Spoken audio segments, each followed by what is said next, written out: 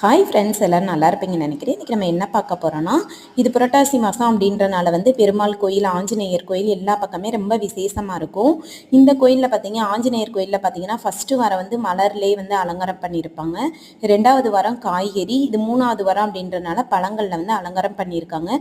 பார்க்குறதுக்கு ரொம்பவே அழகாக இருந்தது.